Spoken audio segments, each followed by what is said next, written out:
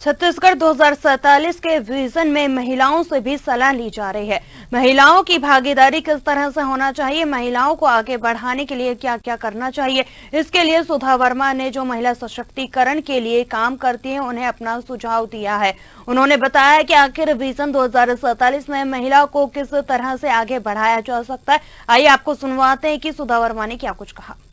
प्रधानमंत्री नरेंद्र मोदी के जो कहा था कि भारत को 2047 तक विकसित भारत बनाने का सपना जो है देखा जा रहा है। इसी को लेकर छत्तीसगढ़ में अब छत्तीसगढ़ विजन 2047 के पर काम करने की शुरुआत हो चुकी है। मेरे साथ सुधा वर्मा मौजूद है जो महिला विभाग को लगभग जो है देखती, इनसे बात करती कि छत्तीसगढ़ 2047 के विजन को ये किस तरह से देखते हैं। मैम, छत्तीसगढ़ को अब डेवलप करने की बात कही जा रही है। 2047 तक जो छत्तीसगढ़ को एक डेवलप छत्तीसगढ़ बनाने की बात कही जा रही है, किस तरह से देखते, क्या कुछ छत्तीसगढ़ में 2047 तक होना चाहिए और क्या कुछ बदलाव करना चाहिए? बिल्कुल, हमारे जो छत्तीसगढ़ गवर्नमेंट है इसमें काफ़ी सारी पॉलिसीज़ ऑलरेडी है जो हमारे छत्तीसगढ़ स्टेट के डेवलपमेंट के लिए वर्क कर रही है।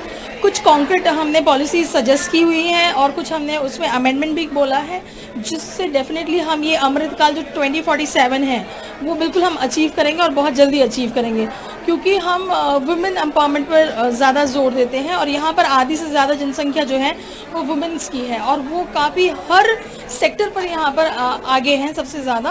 तो जिस तरह से SHGs हैं, वुमेन एंटरप्रेन्योर्स हैं, ये सब बहुत बढ़ चढ़ कर आगे आ रही हैं। तो उन्हें सपोर्ट करने के लिए, उन्हें सस्टेनेबिलिटी देने के लिए हमने अपने सुझाव दिए हैं, जिस पर शायद हमारी छत्तीसगढ़ सरकार है वो बिल्कुल अमल करेगी और उस तरीके से उस विजन को फॉलो करते करते हम अपना गोल अचीव कर लेंगे। वुमेन एम्पावरमेंट की बात करें, क्या कुछ होना चाहिए जिससे महिलाओं को जो है आगे बढ़ने की शक्ति मिले, आगे बढ़ने की प्रेरणा मिले?